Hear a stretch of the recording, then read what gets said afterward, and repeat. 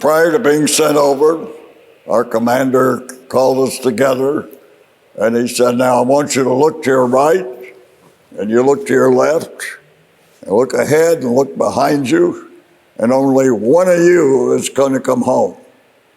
So you're going to be killed, and you might as well accept it. That's the way we went to war. Today on the show, a conversation with World War II pilot Major John Lucky Luckadoo. Major Luckadoo flew with the 8th Air Force's 100th Bomb Group, also known as the Bloody Hundredth. The TV show Masters of the Air tells the story of pilots who flew with the Bloody Hundredth over Europe, leading up to the D-Day invasion at Normandy. I'm honored that Major John Lucky Luckadoo sat down with me for this conversation. My name is Josh Rowe, and this is Tomorrowtown, Tennessee.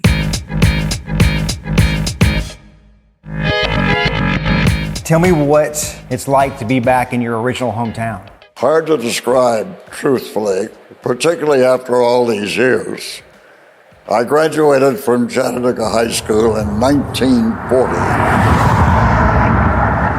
The school building is still here, it just has a different name. Chattanooga School for the Arts and Sciences, or CSAS. That's where I had the privilege to talk to Major John Lucky Luckadoo. I'm so pleased that the facility, the edifice, is still here and still being utilized after all of these many, many years.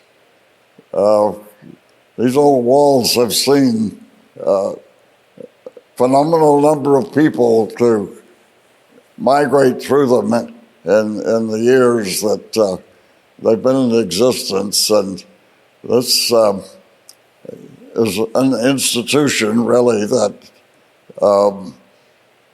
is unique. I think there are very few comparable situations throughout the country that high schools or buildings like this have served their purpose and are still being utilized, certainly to the degree that this one is. So it's nostalgic, of course, to go back to your roots and to revisit places that you grew up in, and particularly so many, many years ago. Which part of town did you grow up in? Well, I grew up on Missionary Ridge, and we lived on the side of the ridge, on the south side of the ridge. He wrote this book, Damn Lucky, with author Kevin Mauer. The book says Lucky went to grade school on Missionary Ridge in Chattanooga, Tennessee. Today, there are brownstones in the location the school stood on the ridge. And the book says, even back then, he, quote, dreamed of being a soldier marching into battle. Missionary Ridge is the location of a historic Civil War battle. Lucky studied these tablets that tell the stories of the movements and strategies of the Civil War armies. And I went to junior high school at Dickinson, and then to Brainerd, and then came here to my final 2 years where I graduated in 1940. And of course, I am here for this weekend to install a cenotaph for my dear friend that I graduated here from. We had an ROTC unit here in Chattanooga High School then, a regiment, and my friend Sully Sullivan was the regimental commander. We had 2 battalions, and I commanded one of the 2 battalions under him. But we graduated together in 40, and then both enrolled in the University of Chattanooga, which in those days was an independent liberal arts college. There were only about 500 students in the whole school at that time. later, of course, became a part of the University of Tennessee at Knoxville. But in those days, it was independent. Yeah. So were you in school there when Pearl Harbor happened? I was. When Sully and I graduated here from school, from high school,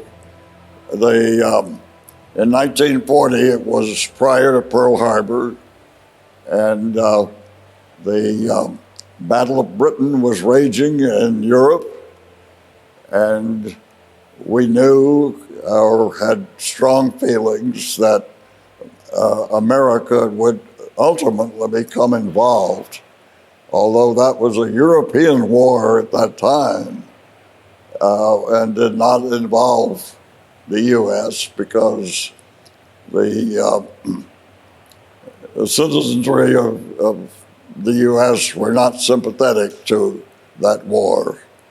And they had been through World War I, which ended in 1918, and that was just a few years prior to the European War in Europe was commencing.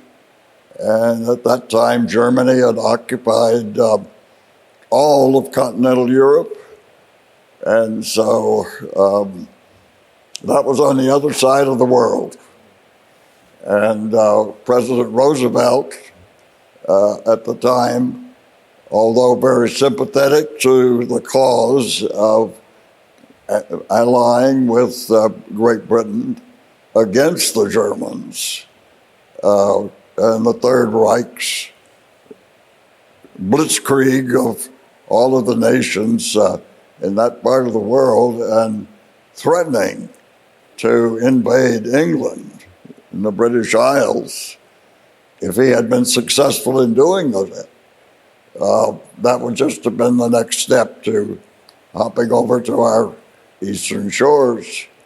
And so we were vulnerable, and as a consequence, Sully and I, who we were 18, 19 years old at the time, thought, well, the wisest thing we could do, since we both wanted to learn to fly, was to go to Canada and join the Royal Canadian Air Force and get our training.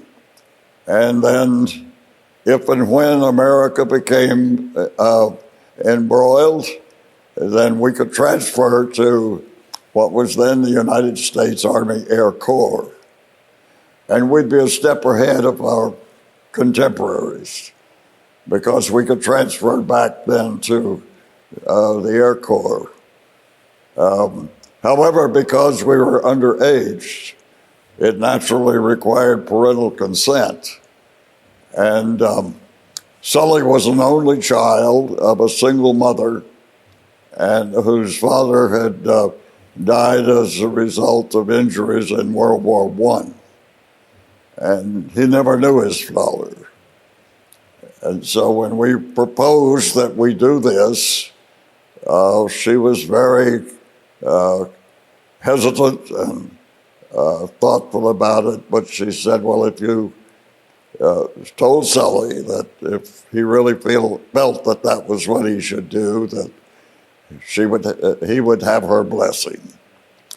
And I went home thinking that that would probably be the reaction that I would get from my parents.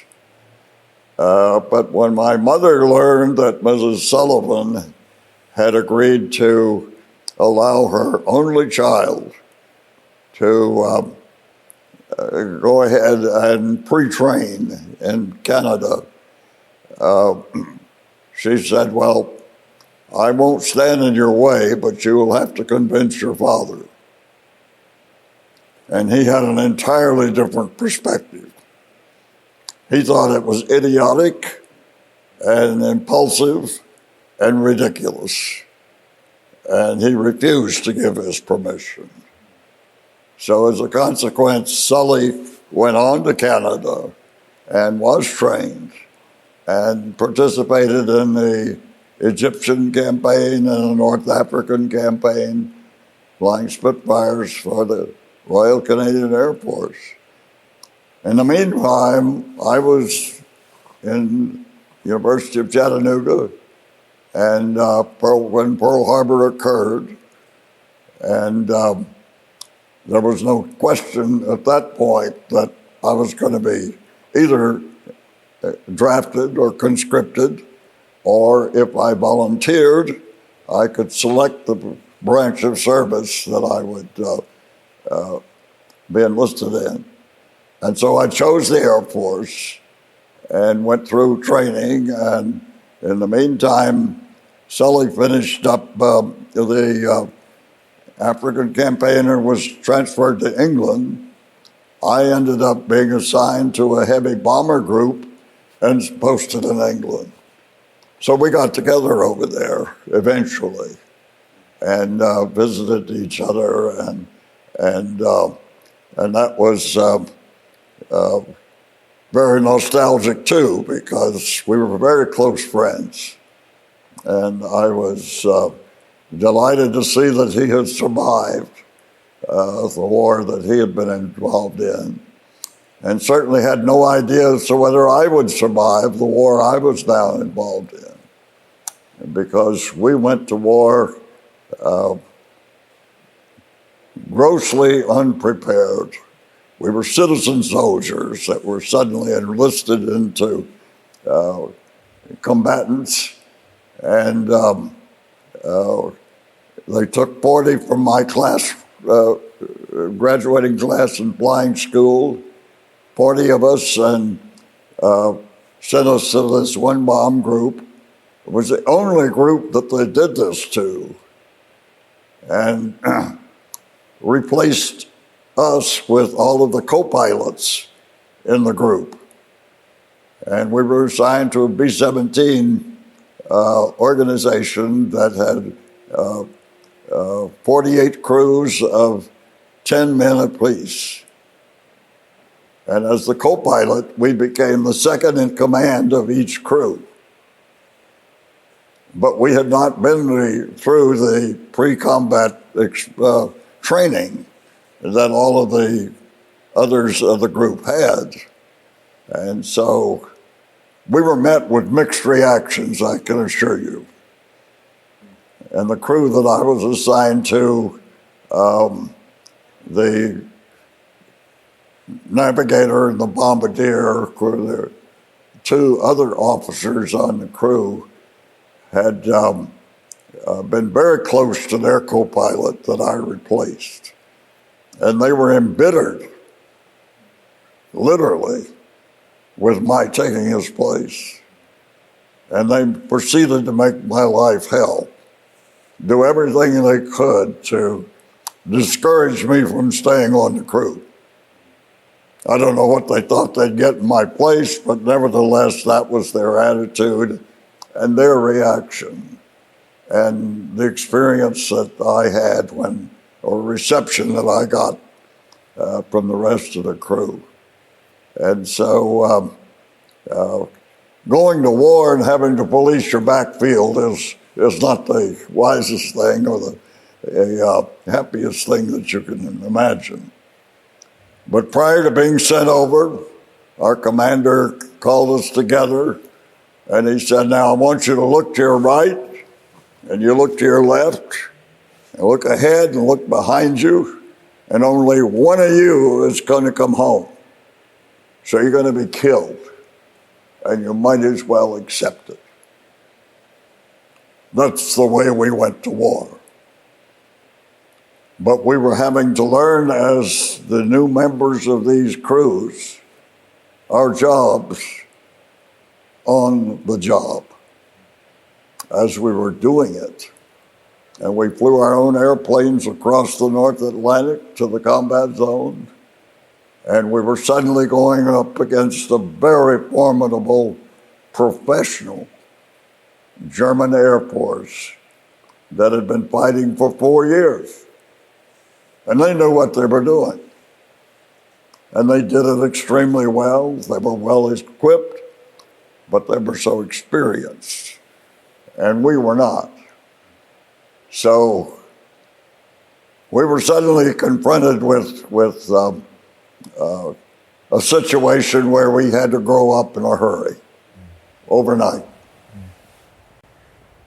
I don't take up too much of your time, so I'll ask you one more question. Clearly, with the book and Masters of Air, your story and the people you were there with story is being told in, a very big way. What do you hope people take away from this story as they see it and read it and these things? Well, the series actually focused on personalities. We had some rather flamboyant members of the organization. They were good pilots, but they were highlighted, and the series told a story in 9 episodes of what kind of people they were and what they experienced if they were shot down and ended up in POW camps, which fortunately I did not. So I had no knowledge personally of what it was like to be incarcerated.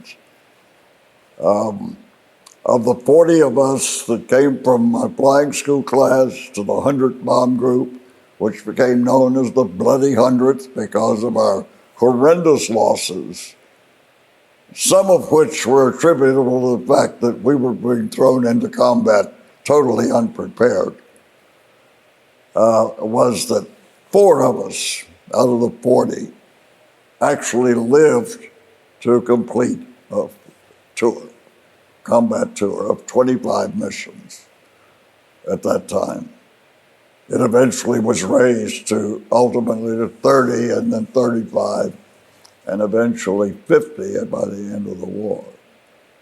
But our chances of survival were something that we couldn't contemplate or allow ourselves to be too concerned about, because if you did, you'd probably crack up and not be able to do the job that you were sent to do. But we soon discovered that we didn't have one enemy, but we had 4. First were the fighters, who were very experienced. The second was our fear. We were literally scared to death because we didn't know what we were going to be confronted with. The third was the flak. Their anti-aircraft defenses were highly developed, and so in numbers that they were very effective. Half of our losses out of daylight, high-altitude bombing were due to flak. But the last and probably the most important one was freezing. We were flying at 25 to 29,000 feet in unpressurized, heavy 4-engine aircraft.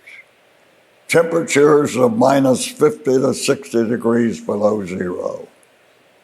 And that so seriously impacted our ability to function that it was amazing. As a matter of fact, if you removed your glove at that altitude, your fingers could self-amputate to the knuckles. You wouldn't see any pain or feel any pain or see any blood or have any sensation at all. You just see your fingers lying on the floor. But ironically, in the heat of battle, when all hell was breaking loose, some fighters are coming in, the flak is coming up, and you can hear it hitting on the fuselage, and you see your friends going down in flames. And you suddenly are discovering you're perspiring profusely. And that perspiration freezes instantly. And what it did was it blocked our oxygen flow, which we had to have above 10,000 feet or we couldn't exist. So you ended up cracking up ice with one hand and flying the airplane with the other. But I frequently get asked, well, having that experience and getting back and knowing that you had to get back in that airplane the next day and go do the same thing. And sadly enough, our bombing accuracy was very minimal. We didn't come within 9 miles of the target 25% of the time, which meant we had to go back day after the same targets. And of course, they were much better defended when we did that. So those were the kind of things that the series, Masters of the Air, was trying to convey. But they were focusing on the personalities of individuals in our group. Now, at the end of the series, Tom Hanks did an epilogue entitled The Bloody Hundredth, which was the 10th hour of the series. And in that, he took excerpts from the interviews like my own, of those of us who were actually there and experienced what they were trying to convey. And that literally told the story of what the Bloody Hundredth did and accomplished in the 2-year span that it was in combat. Better than the 9 episodes. So I don't want to be critical of what they did because they had reasons for it. But I had certainly during the course of interviews that I had with writers and filmmakers during the course of the production, made them aware of these things that happened to the group that did not happen to any other group, such as replacing all the co-pilots. And that was never even mentioned there, even though it was a glorious opportunity to document it. It should have been documented. So I did it in the book that I wrote called Damn Lucky. And I didn't mean to be profane in selecting that title, but I just meant that I was incredibly fortunate under all of those adverse circumstances to be a survivor. I'm no hero, I'm a survivor.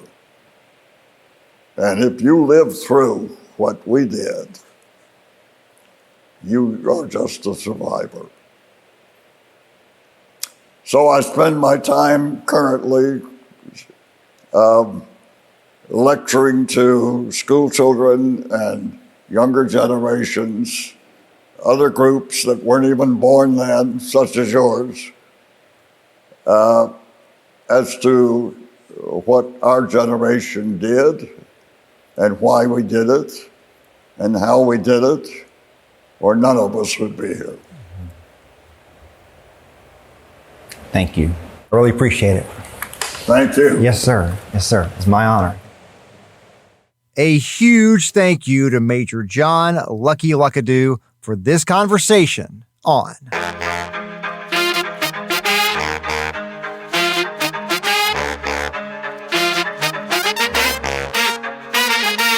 Tomorrowtown, Tennessee. This podcast is a production of NewsChannel 9, Fox Chattanooga, and Sinclair Broadcast Group Chattanooga. I hope you join me again real soon.